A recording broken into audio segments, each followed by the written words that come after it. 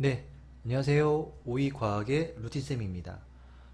오늘은 말이죠, 미터에 대한 이제 내용 세 번째 시간을 가지도록 하겠습니다. 제가 생각보다 좀 많은 양을 조사를 했습니다. 그리고 뭐, 조사 내용은 솔직히 많진 않은데, 제가 좀 TMI를 좀 많이 하는 편이라, 그럼 양해 부탁드리고요. 제 스타일이 이런 거니까, 조금 너그럽게 봐주시면 고맙겠습니다. 제가 그냥 이게 넘어가질 못하겠어요. 네, 성격이 그런가 뭐. 꼼꼼하진 않은데 그래도 꼼꼼하지 않아서 이럴 때일수록 더 꼼꼼하고 싶은 것 같습니다. 자, 지난번까지는 이제 미국 단위계에 대해서 말씀드렸고요. 뭐 단위계 중에서 뭐 인치나 뭐 온스, 야드에 대한 어원 같은 걸 좀 찾아봤습니다. 자, 이번 시간에는 진짜 미터의 역사에 대해서 말씀을 드리도록 하겠습니다. 자, 1793년 프랑스에서 이제 정부가 미터법을 처음 만들었을 때 기준을 만들어야겠죠. 1미터를 도대체 어떻게 정할 것이냐. 정말 아마 골치가 많이 아팠을 겁니다. 한 번 정한 걸로 우리나라 전 국민이 사용을 해야 되는 거니까 아마 기준을 정했을 때 많은 조금 고민을 했을 것 같은데요. 세 가지 제안을 했다고 합니다. 그 중에 이제 첫 번째 제안이, 자, 위도 45도 지점에서 왕복의 시간이 2초가 되게끔 진자의 길이를 1m로 한다는 겁니다. 즉 진자를 가지고 왔다 갔다 이렇게 실에 묶여서 그 흔들리는 추를 진자라고 하는데, 그 진자를 가지고 네, 1m를 정했다는 겁니다. 즉 1m를 어떻게 정했냐, 2초 동안 흔들리게끔. 진자를 제가 이제 사진으로 준비를 해드렸는데 여기 사전에서 퍼온 겁니다.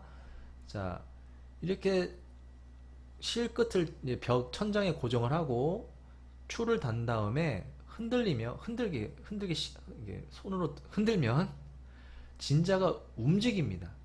그런데 어떤 저항도 않는다 가정하면, 어떤 힘도 작용하지 않는다 가정하면 이 진자는 계속 일정한 패턴을 유지하고 계속 움직입니다.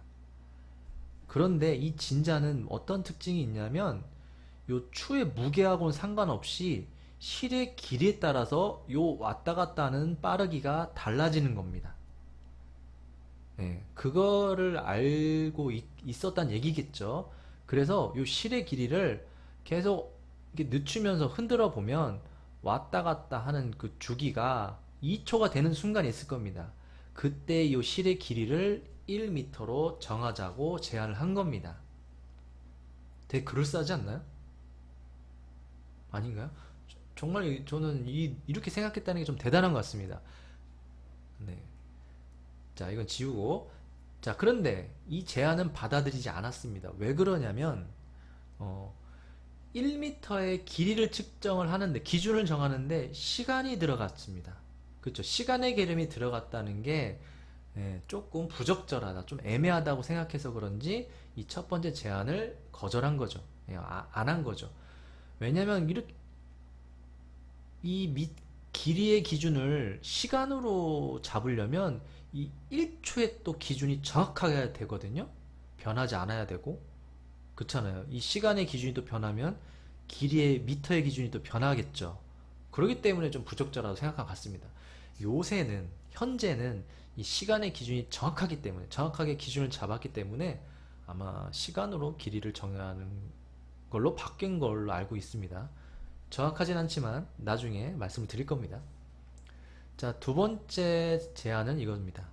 바로 적도 길이를 2의 4만분의 1을 네, 1m로 정하자. 네, 적도가 뭔지 알죠? 그 지구에서 제일 더운 부분, 태양 에너지가 가장 많이 전달되는 그 지역, 지구의 가운데, 가운데 부분을 적도라고 하는데, 적도 한 바퀴, 그쵸? 적도 한 바퀴를, 길이 뭔지 모르지만 그 길이를 4만분의 1조각 하자. 4만분의 1조각을 1m로 하자 라고 제안을 했지만 이것마저 채택이 되지 않았습니다. 그 이유가 뭐냐면, 제가 찾아보니까 적도 길이를 재려면 적도 적도 부분에 있는 나라에서 측정을 해야겠죠. 근데 적도 지점에 있는 나라들이 그 시절에는 어 선진국 그런 나라들이 없었습니다. 그쵸. 조금 이렇게 살기 힘들어하던 나라가 좀 대부분이었기 때문에 이 관측소 길이를 재거나 잴 수 있는 관측소를 좀 설치하기 어려워서 이 제안도 거절을 당했습니다. 그렇다면 어떤 것으로 프랑스 정부는 1m 기준을 잡았을까? 바로 지구를 기준으로 잡았습니다. 아까 두 번째도 지구였는데 아까는 지구의 적도를 기준으로 잡았다면 이제는 적도에서 북극점, 북극, 우리 지구의 북극 있죠? 북극점까지 거리를 우선은 10,000km로 정하자. 네, 정해놓고 그냥 정해놓은 겁니다. 네, 다행히 딱 이렇게 십진법, 이게 10의 배수로 정해놨기 때문에 그나마 지금 괜찮은 거죠. 네, 단위가.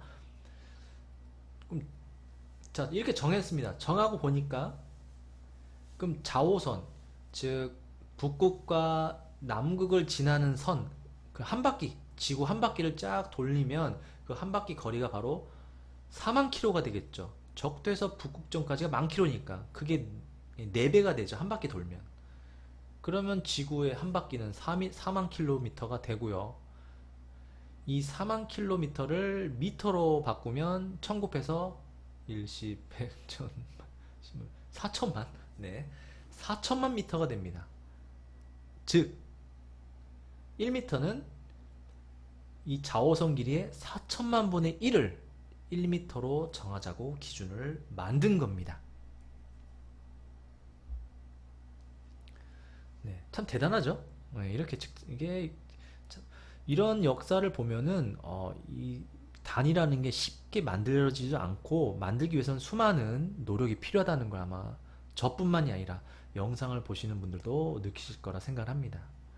자, 아까 말씀드렸던 그 길이가 바로 요 적도에서 저 북극점까지 거리를 10,000km라고 정한 겁니다. 그 중에 이제 딱 프랑스 파리가 딱 지나가네요. 그쵸? 네, 지나가게끔 해서 이제 10,000km로 정했고 그걸 4배를 돌리면 자오선의 길이가 되죠. 그래서 지구둘레는 4만 킬로미터다라고 정해진 겁니다. 네, 편하죠.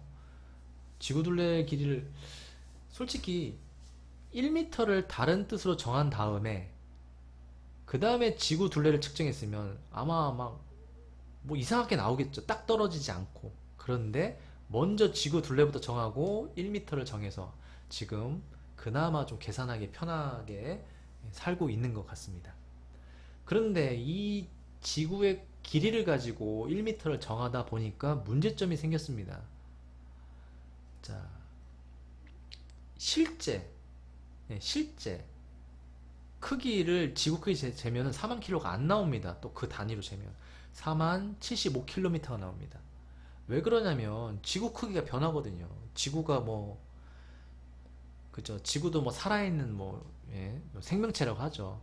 그래서 변하는 게 아니고 지구도 풍화작용이다 여러 가지 자연적인 이런 활동이 일어나기 때문에 크기가 일정할 수가 없습니다. 그래서 오차가 생기게 되고요. 근데 현재 이렇게 재보니까 4만 75km로 오차가 발생한 겁니다. 네. 그러려면 1m 단위가 또 바뀌어야 돼요. 만약에 수정하려면 1.0002m를 1m로 또 수정해야 되는 이런 번거로움이 생긴 겁니다. 네. 그러면 지구 크기 바뀔 때마다 계속 1m를 수정해야 된다는 거죠. 그쵸? 그래서 이 기준도 지금 봐서는 그렇게 정확하진 않은 기준인 것 같습니다. 그래서 지구 크기로 기준을 정하기 좀 애매하다. 그럼 도대체 무엇으로 기준을 정할까 하다가 바로 프로토타입 미터를 만들게 된 것입니다. 이거를 우리말로 번역하면 미터 원기라고 합니다. 미터 원기가 뭐냐? 이걸 풀이를 하면 1m의 길이를 정확하게 나타나기 위한 어떤 물건, 표준 물건을 미터 원기라고 합니다. 차라리 1m가 되는 그 물건을 만들어 놓고 그거를 1m로 정한 다음에 모든 걸 다 이제 단위를 사용하자 이렇게 된 겁니다. 지구 크기가 계속 변하기 때문에 말이죠. 그렇죠? 그렇다면 이 표준 막대기를 도대체 무엇으로 만드냐가 또 고민이 생겼습니다. 자, 그래서 찾아보니까 1795년에는 이 미터 원기를 황동으로 만들었고요. 99년, 황동도 좀 정확하지 않다 해서 백금. 백금도 정확하지 않다.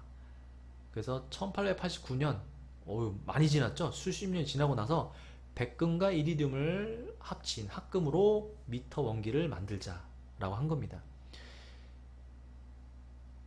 왜냐면 이 고체 막대기, 막대기는 고체겠죠. 이 고체 막대기도 시간이 지나면 부식되고요, 뭐 산화가 일어나고, 그리고 또 그래서 또 길이가 변하기도 하지만 온도 변화, 온도에 따라서 막대기 길이가 또 약간 변하기도 합니다. 그쵸? 뭐 열팽창이라는 거 배우셔서 아실 겁니다. 온도가 또 증가하면 부피가 또 늘어나기도 하죠. 커지기도 하는데 그러면 또 막대기 길이가 또 변하겠죠. 아주 작게 변하지만 눈에 보이지 않을 만큼 작게 변하지만 그 작은 변화가 1m니까 작게 변하는 거죠. 이걸 뭐 수천 킬로로 늘리면 엄청나게 많은 오차가 발생할 겁니다.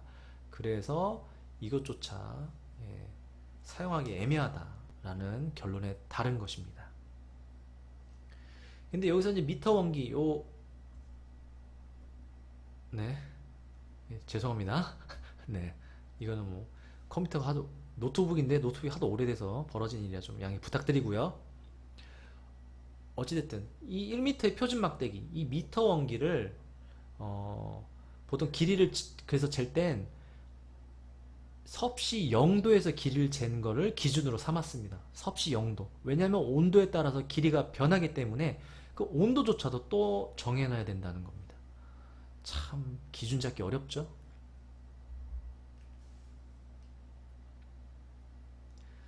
자, 이 사진은 지금 보이죠? 1편, 2편 보신 분들 아시겠지만 이거 메터, 프랑스어입니다. 미터라는 뜻이고요. 프랑스 파리에 있는 최초의 미터 원기 사진입니다. 네, 1m 막대기를 아예 벽에 붙여놨어요. 그냥 가져가지도 못하게 붙여놓고, 네, 여기서 보이시죠? 여기 쫙 보이죠? 네, 딱 보이고 요게 가서 이제 측정해서 2m면 2배, 3배 이렇게 해서 사용하게 했었습니다. 프랑스에서 말이죠. 네, 참 대단한 겁니다. 기준 잡는 게 이렇게 어렵구나. 저는 이 영상을 준비하면서 정말 많이 느꼈습니다. 여러분들도 같이 느꼈으면 좋겠는데 말이죠. 자, 이번 사진은 아까 마지막에 만들었던 미터 원기 있죠? 백금, 이리듐, 합금으로 만든 원기 사진입니다.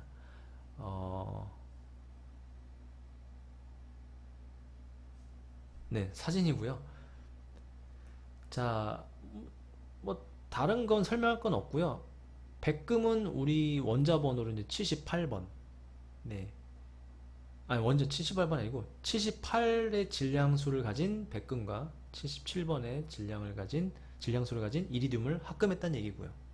그렇다면 수많은 금속 중에 왜 두 금속을 합금을 했을까가 좀 궁금해서 좀 찾아봤습니다.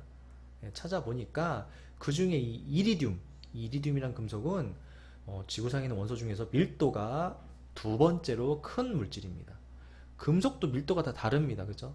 즉 엄청 알갱이 입자들이 빽빽히 구성되어 있다. 빈틈이 거의 없이 빽빽하다. 이런 뜻을 가지고 있고요.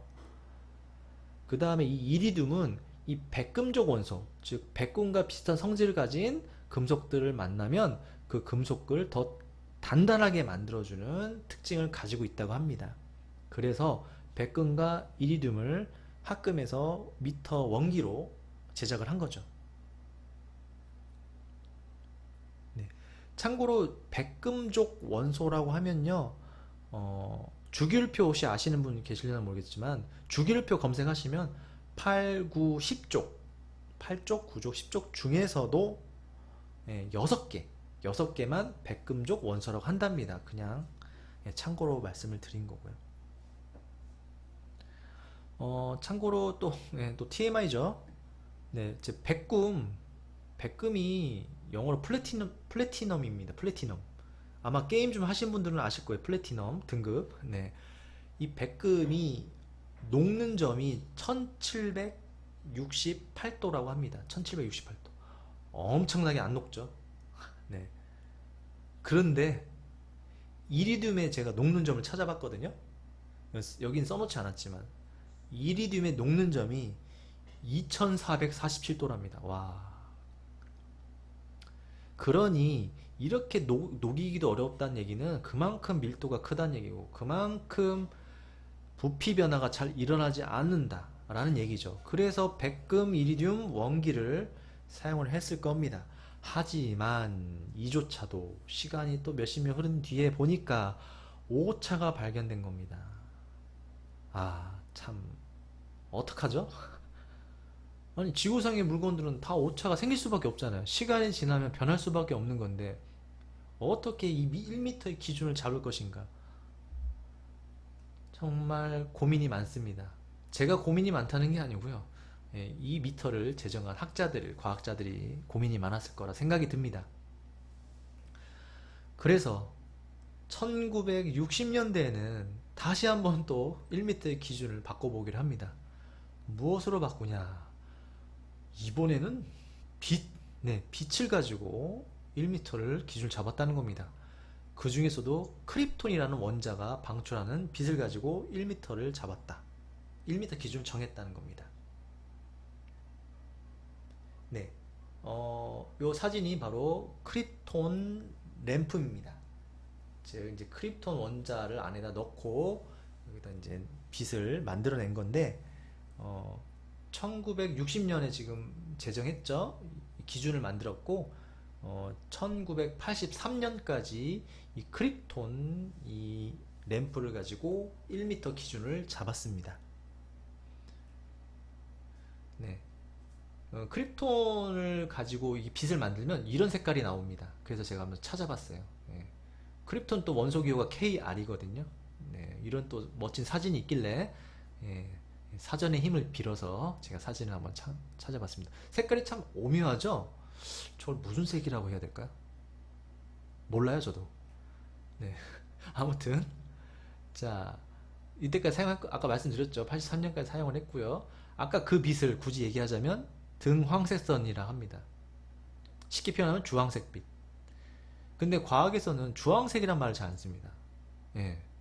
애매모호한 단어를 쓰지 않는가, 뭐 무슨 이유인지 모르겠지만 주황색빛을 안 하고 등황색선이라고 하고요. 굳이 주황색빛을 좀 구분 짓자면 오렌지색에서 붉은색 범위에 있는 색을 주황색빛이라고 한다고 합니다. 그 빛에서 나오는 파장, 네, 파장을 가지고 1m로 정한 겁니다. 왜 하필 크립톤이냐? 이 크립톤에서 나오는 이 빛이 좀 안정적입니다. 다른 원소에서 만든 빛 파장보다. 그리고 또 조건만 잘 맞추면 아주 동일한 파장을 만드는 게 가능하다고 합니다. 이 크립톤으로 말이죠. 네. 그래서 크립톤으로 1m를 정했다고 하는데, 그렇다면 도대체 어떻게 정했냐 보면 진공에서 실험을 했고요. 네. 자, 질량수 86을 가진 크립톤 원자. 네. 크립톤 원자가 빛을 방출하게 되는데, 그 등 황색선 빛을 방출하게 되는데, 이 빛에 파장이 있을 겁니다. 길이. 그렇죠. 빛은 파동 형태, 이렇게 물결 모양으로 움직인다고 배웠을 겁니다. 그 물결 모양의 거리를 측정을 하는데, 그 기본 거리에, 파장 거리에 일시, 백, 천, 만, 십만, 백만, 약 165만 배를 하면 1m가 된다. 그래서 이거를 1m라 정하자라고 기준을 만든 겁니다. 더 애매해진 건가요? 우리가 보기에는 더 어려워진 것 같지만 과학의 입장으로 봤을 때는 좀 더 정확해진 거라고 볼 수밖에 없습니다. 즉, 크립톤 램프가 방출하는 빛의 파장 그 거리가 605.7 나노미터가 됩니다. 그 파장을 어느 정도냐? 자, 여기서 파장을 제가 말씀드리려고 갑자기 사진 준비했습니다. 빛은 이게 파동 형태로 움직입니다. 그쵸? 그 파동 형태에서 지금 보면은 계속 똑같은 모양이 반복이 됩니다. 그렇죠? 이 반복이 되는 최소 단위를 한 파장이라고 합니다. 1파장, 파장. 그렇죠? 여기 뭐 이 파동에서 제일 윗부분을 마루라고 하는데 마루에서 다음 마루까지 요 거리 또는 요 골이라고 합니다. 골에서 다음 바로 옆에 있는 골까지 거리 이 파장 이 길이를 한 파장이라고 하는데 크립톤 원자가 방출하는 이 빛의 파장 길이가 605.7 나노미터라고 합니다. 나노미터. 네. 잠깐 파장 설명드렸고요. 이 길이를 약 165만 배 확장하면 약 1m가 된다는 겁니다. 네. 그나마 더 그 이리듐, 백금, 원기보다 더 정확하기 때문에 이걸 기준으로 쓴 거겠죠. 하지만 그 크립톤 램프가 이제 빛을 방출하게 되는데 이 크립톤 원자도 결국 열을 받아서 빛이 나오는 건 열이 이제 생성될 수밖에 없죠. 열이 이제 주어질 수밖에 없는데 이 원자도 열을 가지면 열 운동을 하게 됩니다. 그래서 이마저도 파장이 조금 미미하게 분산될 수도 있다는 점. 그래서 그나마 크립톤으로 1m 기준 잡았지만 이조차도 완벽하지 않다는 점은 이미 인식을 하고 있었다는 겁니다. 네. 그렇다면 도대체 어떻게 1m를 만들 것이냐? 그 내용은 다음 영상에서 말씀을 드리겠습니다. 네, 오늘은 여기까지 하겠습니다. 다음에 만나요.